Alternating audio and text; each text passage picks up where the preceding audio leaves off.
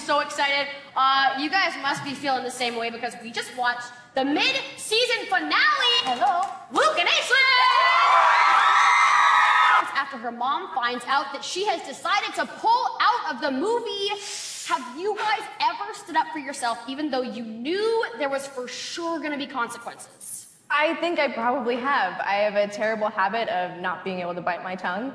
Usually for the greater good, though. So I can understand where Zoe's coming from. Well, I feel like, yeah, it was for the greater good, and there shouldn't really be any consequences to what Zoe did. Yeah, she did the right thing. She did the right thing. Once did the mature thing. The first time ever. Degrassi moms? Wow. Yeah. Yeah, they're like trying to live vicariously, right? The children. Yes, I agree with you two.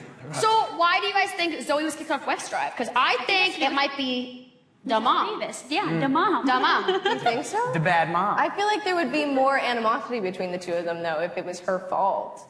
I don't know. Do you know? We know everything and we can't tell you. I know. Well, that's the thing, but you sound like you know the answer. Or maybe have you ever had a friend that like wanted to be your friend because you're on Degrassi?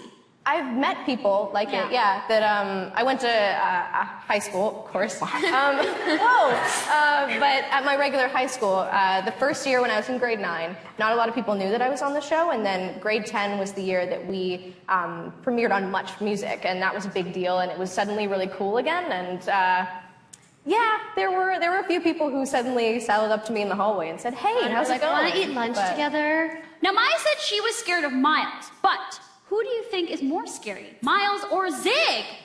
I think they're both unpredictable. I think I think they both had their unpredictable. moments, for sure. They're definitely both pretty scary, but Zig, he's got something about him that you know there's some backstory that he might But snap. he's willing to admit it. He's like, I'm a bad guy, and like we've seen a lot of his backstory, and now he's living at Maya's house. Right. Whereas I don't really Okay, but know what could push Miles over the edge a little bit. Yeah, like just about sometimes anything he's can more push him over. unpredictable. I gotta ask you, is Drew Clare's rebound?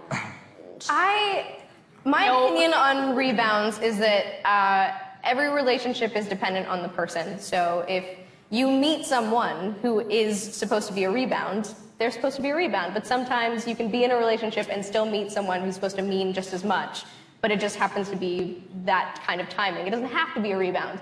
And in this case, I think that Claire and Drew actually have something really nice. It just happens to coincide with another relationship. how do you know when you're over someone? Is there like a clear tell sign for you? I think there's got to be a certain amount of time that passes. Yeah, but, time, yeah. It's only yourself can know when you're over someone. I think it's when you stop crying at night. Right. I- I've kind of got a theory. I think that you know when you're over someone when you can imagine them with someone else and it doesn't make you feel sick to your stomach. I think that's like a good measure.